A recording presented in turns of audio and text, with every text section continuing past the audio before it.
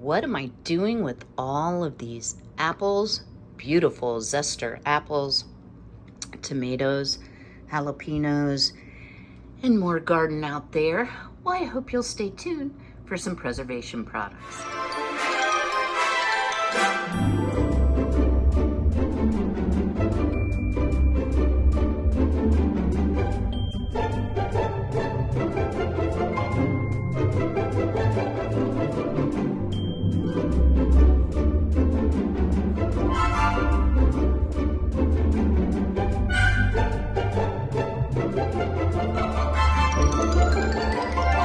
Friends and family, to today's edition of the Wellness Homesteader. So if you happen to catch my last video, I'm filming this portion of today's video on the same day. So yes, I normally would change clothes. My son always says, wardrobe change, Mom. But it's too hot. And I'm probably going to be through 2 outfits as it is today. So I made a little trip, and I'm going to chop and talk at the same time. I made a little trip to our local orchard for our apples. Now, some of you, especially if you missed the last video, you may be like, nah, when you've got, y'all can't see it, bowls and bowls of veg everywhere.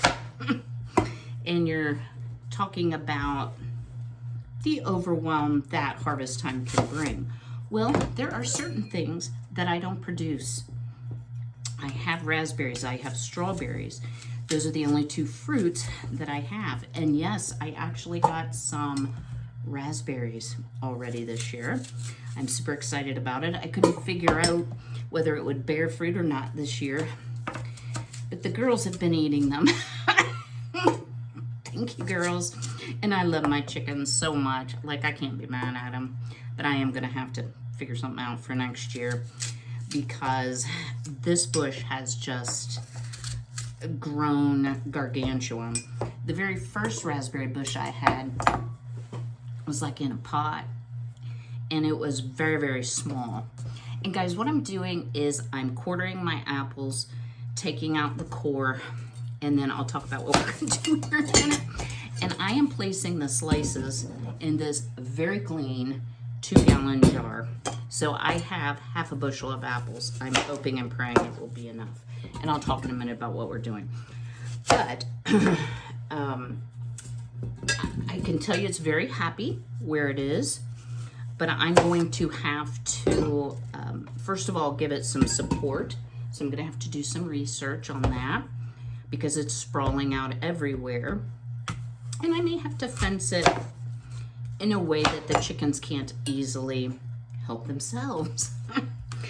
My backyard looks like a vegetable stand exploded, because the girls like to pick and eat tomatoes, and if I find one that is beyond what I can eat, I will go ahead and throw it over in the yard for them.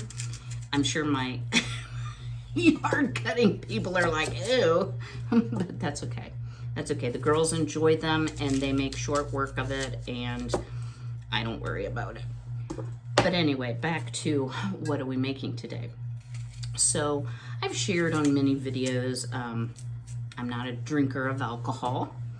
However, I can see uses for it, for barter, for gifting, but for medicinal purposes, you know, a bit of the recipe. And I shared on the previous video that and I hate calling her a step grandma, because she was a great grandma, but she was a big believer in apricot brandy for whatever ailed you. She also would soak raisins in brandy and believed in eating a couple raisins a day from the brandy. Certainly not enough to make you drunk or impaired, let's call it. But she thought that that was really good for arthritis. So being the arthritic queen over here, I'm willing to give it a try. I also know that you can use alcohol to extract beneficial properties from herbs. And that's one of the best ways, because a lot of the compounds that are beneficial from medicinal type herbs are only alcohol soluble, so they're very difficult to get the properties out of so that it can bring you the health benefit. Now, I'm not a doctor. I don't play one on YouTube. I am a registered nurse, currently licensed, but I'm not here to give you any sort of medical advice or make any claims about this. In truth, I'm going to send you over to Off Grid with Doug and Stacy. She has made this many times. It's really more of a cordial than a brandy.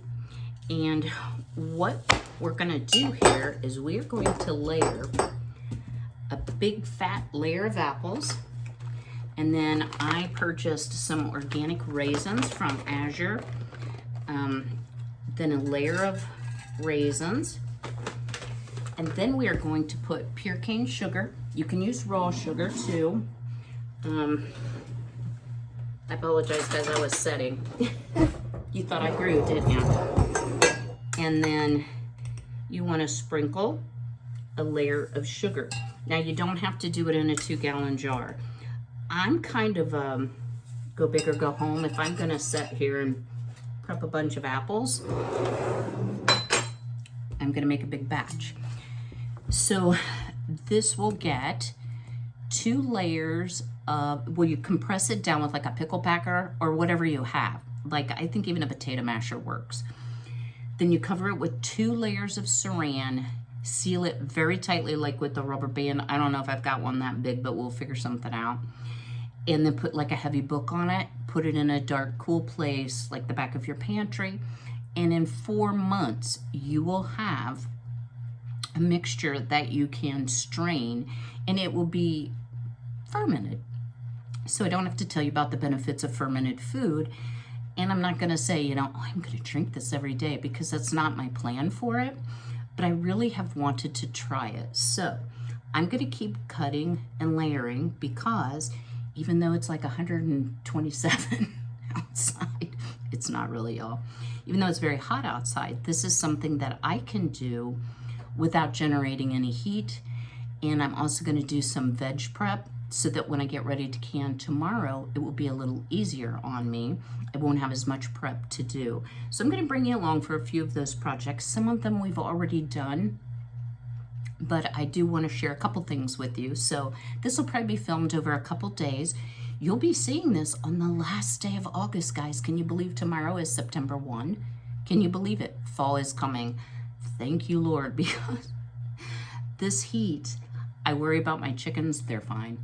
But this heat is so miserable, it makes it quite uncomfortable to do any type of chore outdoors. So I'm going to take it easy today. I'm going to set and chop apples. I've already done a full day's work, and it's only like 11 o'clock. So at any rate, I will show you what this looks like when I get it filled up and we get ready to top it. So I hope you'll stay tuned. One more quick thought. You can save the parts of your apple that you're cutting away to make apple scrap vinegar out of.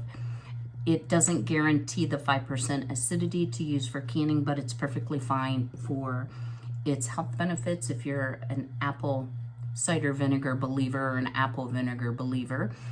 And also salad dressings, things like that. So there's all sorts of uses. Makes a great rinse for your hair too. Just saying. All right, y'all. I might have overbought on apples, but I actually want to make apple butter this year, so they won't go to waste. So I wanted to show you where I am. So I am 2 apples shy of what I think is a peck.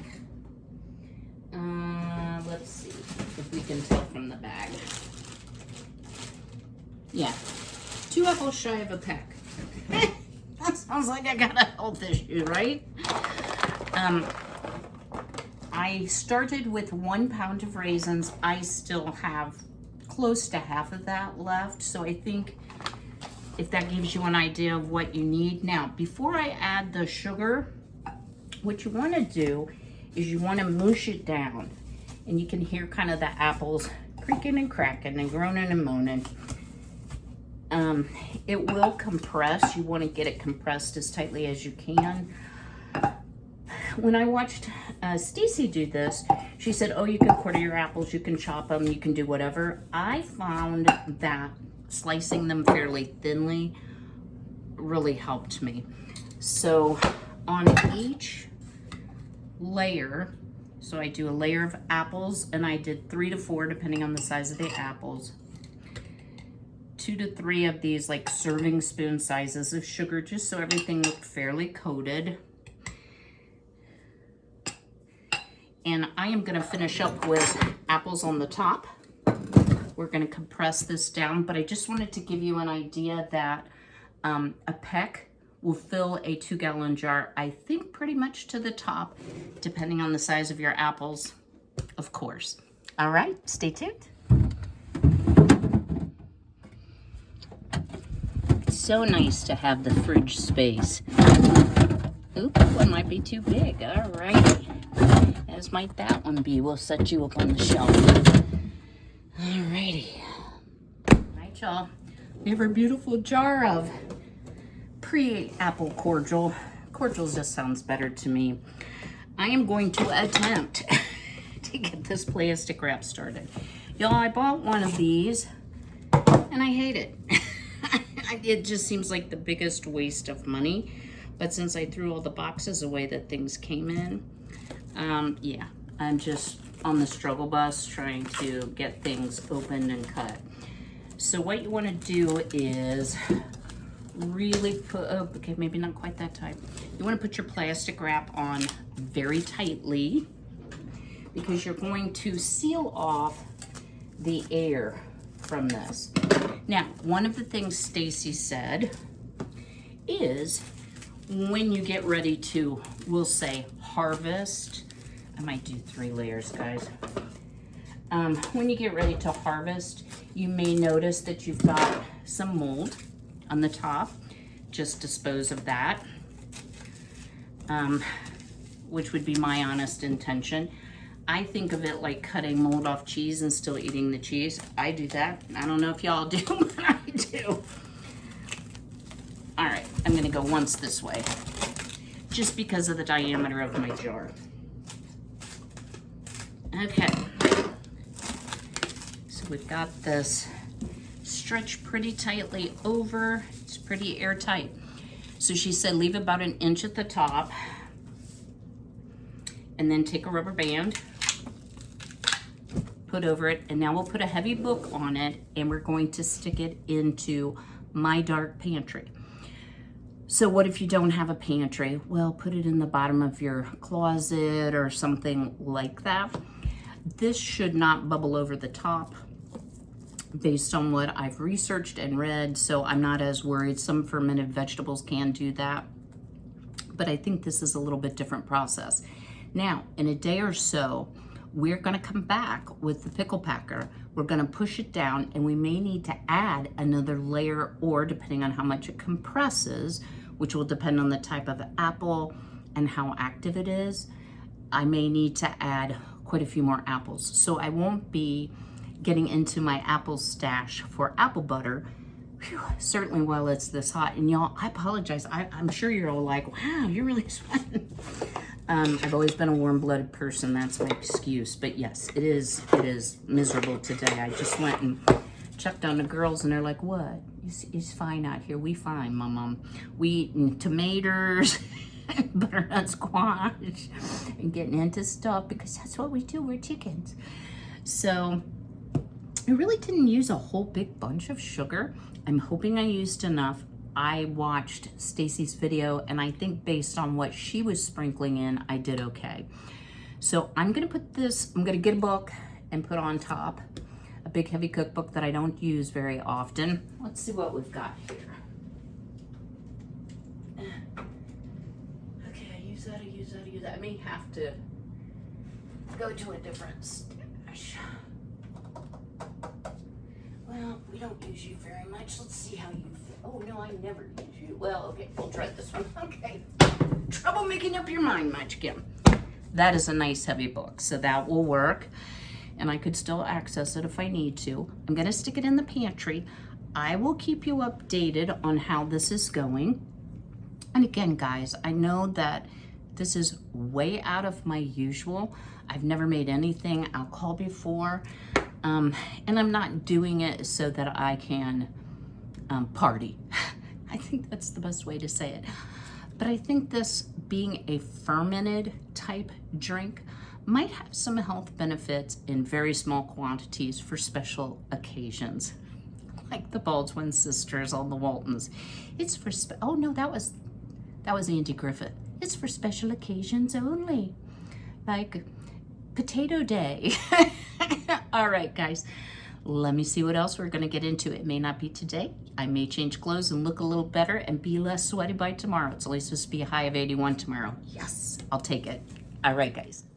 Well, good morning again. Day 2, and today is about preserving up as much as I can. So, step 1, you might be wondering what I'm doing here. What are these ice cubes and why are they such a funny color? I purchase or barter for, kind of depends, raw milk, raw goat's milk, okay, and you always throw something on the floor. That seems to be the name of the game for me. And if y'all notice I'm moving kind of oddly, and I'm not standing up straight, that is true because I picked up Fat Cat, Hanky Panky Frankie this morning, and tweaked my back, but I think we can still get a lot done. If it looks like I can't get it all done today, then we will finish it tomorrow. But one of the first things I wanted to do is get these goat's milk ice cubes frozen. I use these in my Bath and Body products.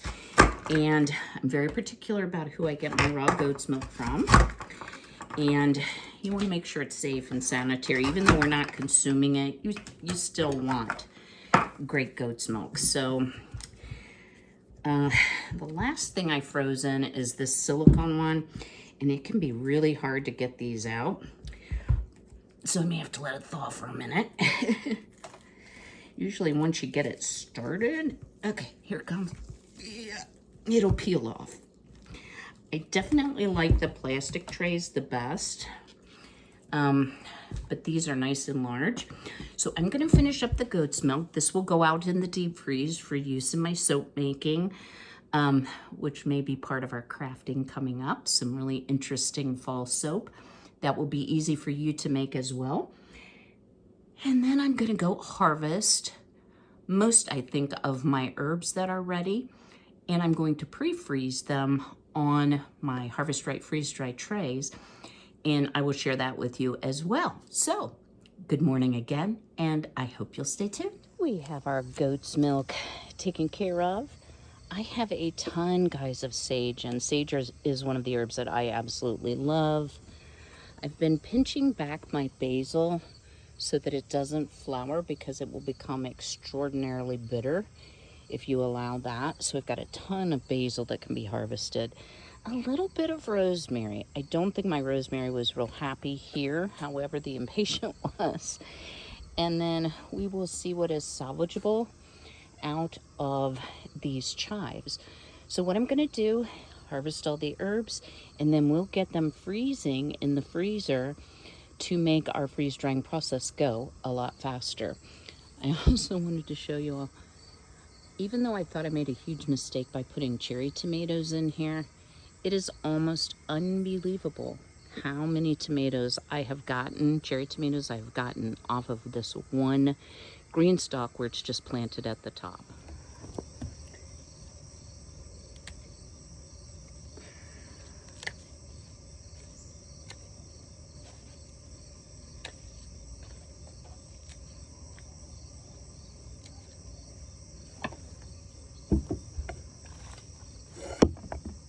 Violet. Is her still broody? Still warm egg. Oh, what's going on? That's Miss Nosy Posy coming in to check on her sister. Look at her puff up. Y'all, I'm gonna have to do an outtake reel for you because you guys were gonna laugh at some of the mistakes I made. So I've washed my herbs. I just rolled them up in like a flour sack towel, and I'm allowing them to kind of dry off. And I'm choosing the prime specimens. So why do I freeze dry my herbs? Y'all know I have dehydrators. I have 2 of them. Why would I freeze dry? Well, let me tell you, y'all. A freeze-dried herb compared to a dehydrated herb, there is no comparison. The flavor, it's not just appearance for me. The flavor is absolutely phenomenal and very hard to tell from fresh eating, in my opinion.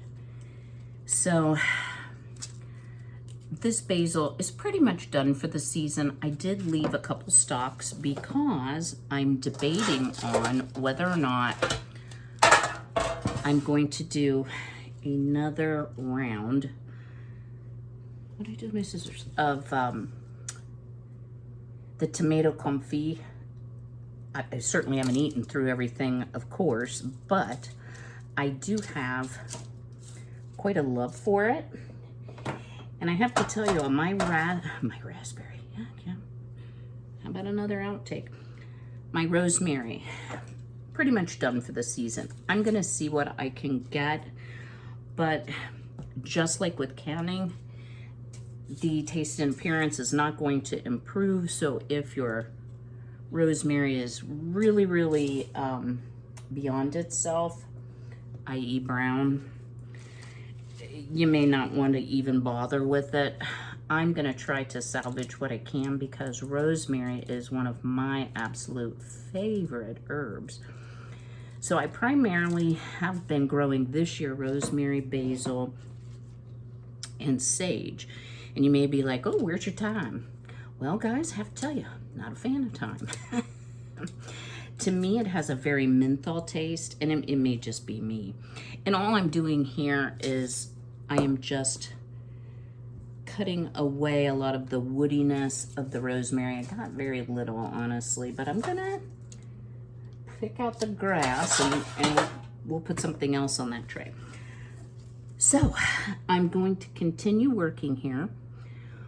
And once I have all my trays loaded, I'm gonna bring you back. I have some celery in the refrigerator that I may go ahead and freeze dry as well. Y'all know I'm not a fan of celery. However, I do like it in certain things cooked.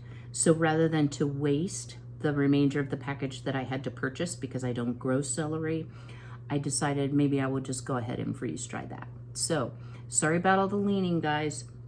You may hear some grunting and groaning. I've done plenty of that this morning. And this is one of the advantages, in my opinion, of kind of slow living. I have a really long to-do list today, but if I don't get it done today, being retired, and it's also the weekend, I can get it done tomorrow or when I feel better. So off we go. More prepping. And I do like to take my leaves apart. It just makes it a lot easier when you get ready to store it. But you can also do it after you're done freeze drying. So I'm gonna keep prepping here. I will bring you back when we are loaded up and ready for the freezer. So one of the accessories that Harvest Right does sell are these tray separators. So let me just show you kind of what they look like. And they just snap on. I'll lift it up so you can see. They just snap on the corners, and it enables you to pre-freeze ingredients while, you know, keeping it from sticking together. So my basil, and guys, some of this basil is like epic. And it's not tough. I did wash everything very well and dried it as well as I could. I also was able to salvage some of the celery. And so I'm gonna pop this in the freezer, let it freeze hard. That will take off about 4 hours of freeze drying time. My freezer's running anyway, my refrigerator's running anyway, and the freezer. So it doesn't cost me anything but a little extra effort, and it really shortens the time. Herbs freeze dry fairly quickly, about 10 hours. A lot of more liquidy things, especially if not pre-frozen, can take 24, 36 hours. So this will save me electricity in the long run. and it will go into my handy dandy 10-year older than me refrigerator, my Philco 1951, but who can't stop talking about the refrigerator. So I'm going to do that, get this cleaned up, rest my back a minute, and then we'll get on to our next project. We've got a lot to do today, y'all. Y'all, this is why this freezer was meant for me. Now that's an ice tray sitting on top of the freezer. Look, it fits like it was made for the freeze drying trays. So, alrighty, on to the next. All right, y'all. I'm going to be doing a lot of hunching and leaning, so you just don't mind me. I will tell you, one of the things about self-sufficiency is sometimes you have bumps in the road. I'm having one today with my back, and while I do have a medication for it, I can't stay awake when I take it, so we're not going to do that. It's just a muscle relaxant. So I'm going to simplify things today a little bit. I still had some of the Mrs. Wage's medium salsa. Guys, this stuff is really, really good. So it calls for 17 pounds of fresh tomatoes or 17 4.5 ounce cans of tomatoes. And I have used canned tomatoes in years previous. Don't have to this year. 1 1/3 cups of white or cider distilled vinegar. I'm going to try this cider. Why not? Let's live big, right? And then the whole canister of Mrs. Wage's. Well, I don't have that many tomatoes. I know you all find that shocking. I was kind of shocked myself. But I can go through a pint jar of salsa in a week easily because I put it on everything. So if you want to, you can serve it, you can freeze it, you can can it. So that's one nice thing about this recipe, but we're going to can it. So it says you would have 28 cups of tomatoes. Well, I don't have 28 cups, I have 14. So I, of course, scalded, peeled and cored all my tomatoes. See about that grunting and groaning, guys? Woo! And I am pleased with my tomato harvest this year. I am quite sure I'm over 200 pounds. I might be more like 250 in what I've been able to eat. I've probably eaten my weight in tomatoes, just saying. Thankfully, they're low calorie. So anyway, so what it says is combine the tomatoes, the vinegar, and the salsa mix in a large non-reactive or stainless steel saucepan. Do not use aluminum. Bring to a boil. Reduce heat and simmer 10 minutes. So let's add our 1/2 cup plus a 1/6 of a cup and our salsa mix. Now you may wonder, how did you determine what half was? Guys, I just weighed it out. And that is, I think, one of the beauties of a kitchen scale is you can just weigh things. So I'm going to pop on the heat here. I'm going to bring it up to a boil. I'm going to let it boil 10 minutes. I did wash my jars. I selected 8. I washed my lids and rings. My lids, because I still soak them, are soaking. I have my canning station set up. I just popped the Ball Electric Fresh Tech water bath canner on, so my jars will heat up so we can put this hot liquid in. And I'll bring you back and let you know what I got out of my sort of end of season tomatoes, but there's still plenty on the vine. Y'all need some tomatoes? Hit me up.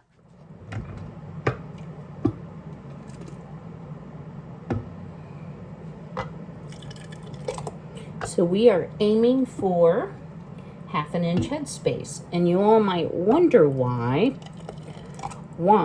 if you have to can this for 40 minutes plus a minute for each 1,000 feet over, over 1,000, an extra minute is what the directions say. Why did we have to boil it for 10 minutes? Well, the jalapenos, onions, etc., the little pieces of veg that are in here are dehydrated, not freeze-dried, which means once rehydrated, they are going to expand. Freeze-dried food primarily holds its shape. What changes so dramatically is the texture And guys, this is absolutely delish. Did I taste it? Why, yes. Just as a matter of fact, I did. And you might be wondering, why, since you've already canned salsa once this year, are you canning salsa again? Well, I've canned about every tomato product that I think I will use, and salsa makes a wonderful gift. So we will have 7 or 8 more pints. I'll bring you back to let you know how much. All right, y'all, 7th pint going in. You may have noticed that I didn't debubble. I did go ahead and debubble the subsequent jars, but it's so liquid, I did not get any air bubbles out. So 7 pints on the nose, because I probably measured more accurately than usual, into the canner once it comes up to temperature and it's at a full rolling boil. 41 minutes for my altitude, and I'll bring you back when we start on our next project. All right, y'all. Woo! It's been a long day. So in front of me, I have 7 pints of homemade salsa with a little help from Mrs. Wages. In the canner coming up to temp, I have 4 pints of cowboy candy. So I'm really glad that I made use of some things out of the garden. I still am debating what I'm going to do with my cherry tomatoes, but as the end of the video approaches here, I thought I would show you what we are looking like on our apple cordial, apple brandy, whatsoever you want to call it. And what I can tell you is it has dropped pretty significantly down in the jar. It smells pretty amazing. So what I have done is I went ahead and peeled 4 more apples because I want to keep it all the way up to the top. And then I won't need to check it again for a few days. And you don't have to continuously add apples, add apples, add apples. You do this 1 or 2 times because apples will settle when fresh. So Stacy, I think, has said, I've done it once, I've done it twice. I might get a little carried away with apples here. But you do want it within like an inch of the top. I haven't pushed it down yet. So let's grab our raisins. And I'm just gonna sprinkle a handful of those. And then I am going to use my Mason Top pickle pusher. Yep, that's definitely compressing it. And then I will put our 3 serving spoon type size spoons of sugar on the top. That's definitely within the 1 inch.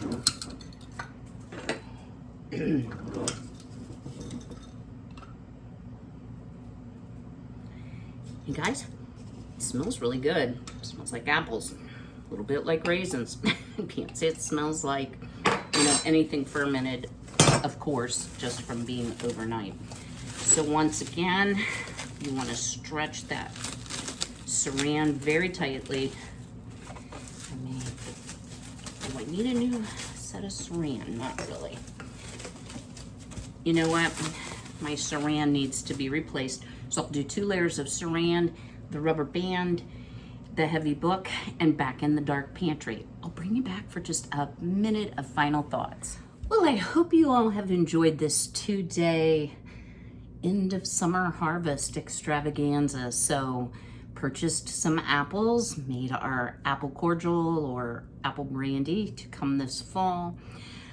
Harvested a ton of tomatoes, and I have 7 beautiful sealed pints of salsa in front of me. Tink. And I have 3 pints of cowboy candy, 1 pint, ting, of the juice. So, I always think end of harvest season is kind of bittersweet, but I'm not totally finished. I still have tomatoes. I still have 3 melon on the vine. I still have my loofah. I still have a few pumpkins. So there will be a few more things that will come out of the garden, but the bulk of the canning type preservation for summer is complete. I will leave a link at the end of the video in an iCard to my canning playlist if you want to see how to do the cowboy candy. I used the same recipe that I used earlier this summer, so I'm very pleased to have this. I think it'll make great gifts and will be much appreciated, and it will also be good eating, that's for sure. If you haven't already, do me a big favor, pardon me, go ahead and smash that like button. Leave me a comment below. Is your garden finished? What are you still preserving or looking forward to preserving this fall when some of the fall crops come in, like pumpkins, butternut squash? What else comes in? Apples. So those type things I'd love to hear. Until I see you again, hopefully, Lord willing, on Saturday, be healthy, be well, be blessed, and take care.